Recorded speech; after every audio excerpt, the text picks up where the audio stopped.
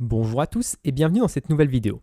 La semaine dernière, on s'était arrêté sur un petit problème d'implémentation, c'est-à-dire que si on ajoute plusieurs produits à notre panier, cela ne va pas fonctionner. Alors là, vous me croyez un petit peu sur parole, mais on va commencer tout de suite par créer un test qui montre que ça ne fonctionne pas, et comme ça, on va pouvoir réparer avec notre test qui nous garantit qu'on ne fait pas de bêtises. Donc la première chose à faire, c'est de créer un nouveau test en disant can add two products. Donc on peut ajouter deux produits à notre panier. On va copier-coller ce test déjà existant pour avoir quelque chose de facilement modifiable. La première chose à avoir pour ajouter deux produits, c'est qu'il nous faut deux produits. Donc je vais faire produit A et produit B. Donc deux produits différents. Ensuite, je vais ajouter une première fois le produit A dans mon panier.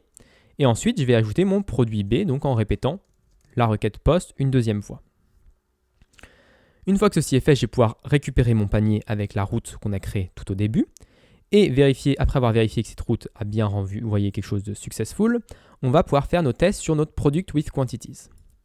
Donc là, cette fois-ci, notre product with quantities count, ce ne sera pas 1, ça sera bien 2. On va avoir deux produits dans notre panier. Et au lieu d'avoir first ici, on va prendre l'élément 0. Voilà, ça va être bien le produit A, l'élément 0, celui qu'on a ajouté en premier. Et ensuite, on va pouvoir multiplier ces deux lignes-là pour faire tester l'élément 1 de notre panier, qui va être le produit B. Et toujours avec une quantité de 1, parce qu'on a ajouté une seule fois le produit A et une seule fois le produit B. Donc là, il faut juste que je rajoute le $product B, pour pouvoir l'utiliser dans la fonction. Et je vais pouvoir lancer ce test pour vérifier qu'il y a bien un problème avec mon implémentation actuelle.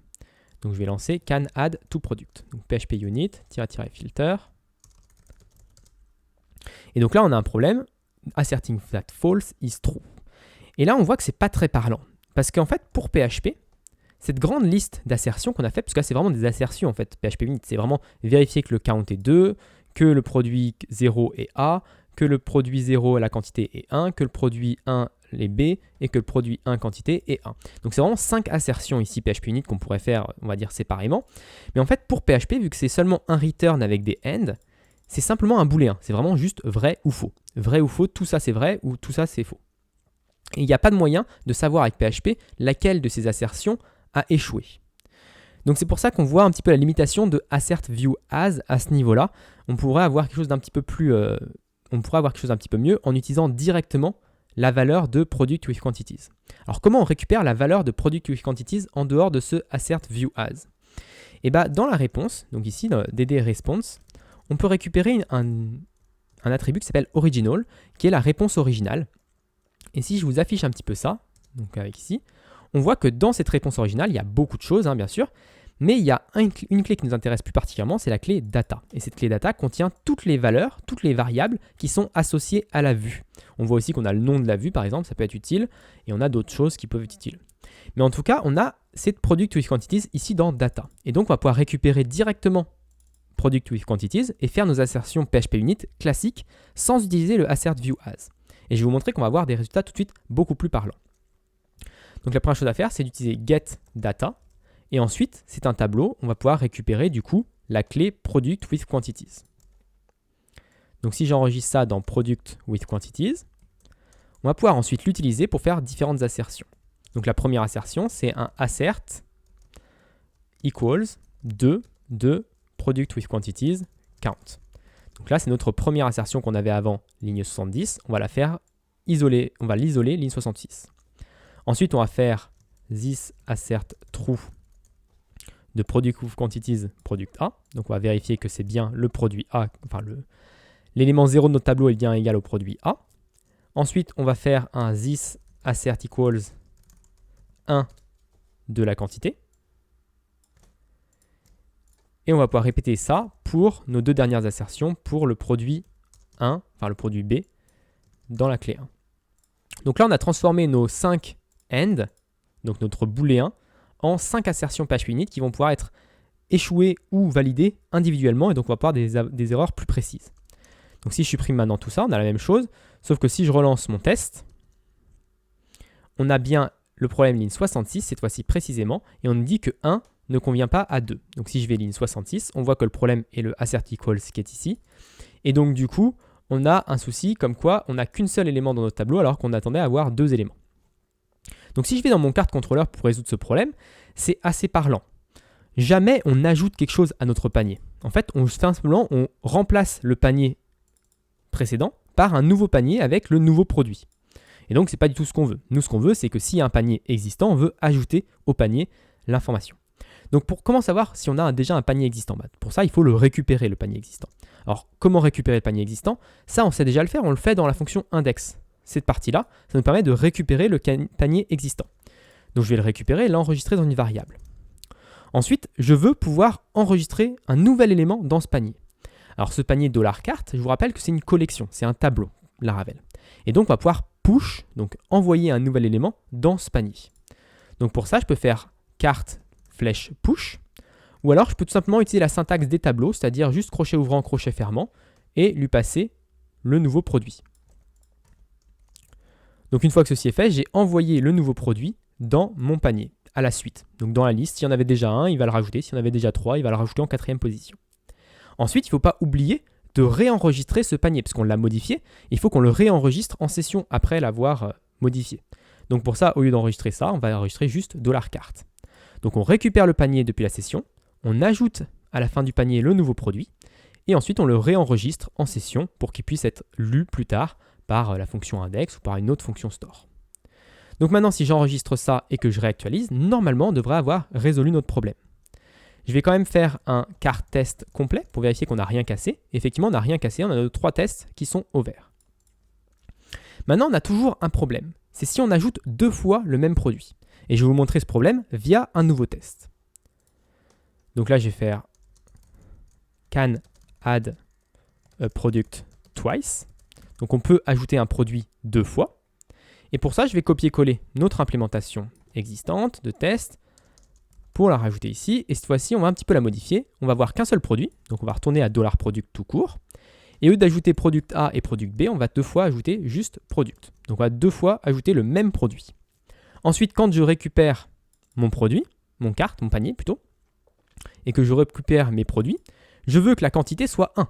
Ici, je veux qu'il n'y en ait qu'un seul produit. Enfin, pas la quantité, je veux qu'il y ait un seul produit dans mon panier, parce que j'ai ajouté 2 fois le même. Donc, je veux qu'il n'y ait qu'un seul produit dans mon panier. Donc là, je vais repasser à Flash First, parce que je le trouve un petit peu plus parlant. Et je vais supprimer ces 2 éléments-là. Et donc, du coup, je vais dire, le premier élément, c'est bien le produit, tout court, le $product que j'ai créé plus haut. Par contre, la quantité ici, c'est pas 1, c'est 2. J'ai ajouté 2 fois le même produit, donc je veux que la quantité soit 2. On peut dire que ici, c'est une quantité de 1, et ici, quand j'ai rajouté une deuxième fois, je veux incrémenter, on va dire, la quantité. Donc là, je veux vérifier que qu'il y a bien un seul produit dans mon panier, et que le premier produit, c'est le produit que j'ai ajouté, ça c'est normal, mais surtout que la quantité est bien 2, parce que je l'ai ajouté 2 fois. Donc maintenant, si je lance ce test, normalement, ça va échouer. On me dit que j'ai 2 éléments dans mon panier, alors que j'en attendais un seul. Ligne 91, on peut aller ligne 91, ici, voilà. Je m'attendais à avoir un seul élément dans mon panier alors que j'en ai reçu 2. Pourquoi ça? Parce que dans mon carte contrôleur, je ne vérifie pas si le produit est déjà présent dans le panier ou pas. Je l'ajoute. Donc je vais toujours ajouter. Même s'il est déjà présent, je vais ajouter un nouveau produit. Alors qu'en fait, moi, je voudrais merge, je voudrais fusionner le produit qui est déjà dans le panier avec le produit que je demande d'ajouter. Alors déjà, on a un petit souci à ce niveau-là, c'est qu'on a besoin de savoir si le produit est déjà dans le panier. En fait, si je le fais en commentaire, ici, on va devoir dire si le produit est déjà dans le panier, alors fusionne les quantités.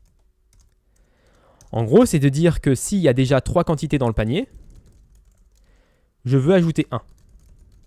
Ou 2 ou 3, on verra, mais pour le moment, on n'ajoute que 1 à chaque fois. Sinon, ajoute le produit dans le panier.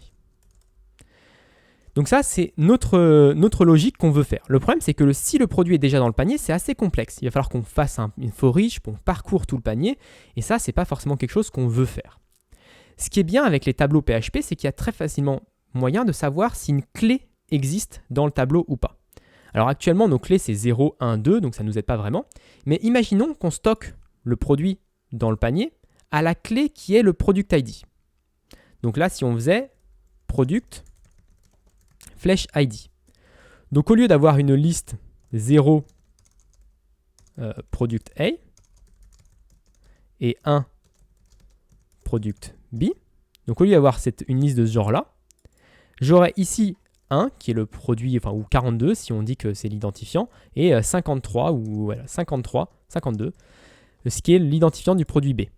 Donc maintenant, très facilement, si je veux ajouter le produit A à nouveau dans le panier, je peux vérifier si l'identifiant du produit A qui est 42 est présent dans le tableau.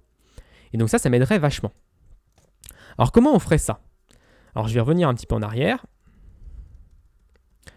Et on va tester déjà cette logique-là, pour voir si on l'a bien fait correctement. Comment on peut la tester? On peut la tester assez facilement ici. Ici, on utilisait les clés de base des tableaux PHP, c'est-à-dire 0, 1, 2, 3, les unes à la suite des autres. Ici, au lieu d'utiliser 0, 1, 2, on va utiliser les identifiants de nos produits.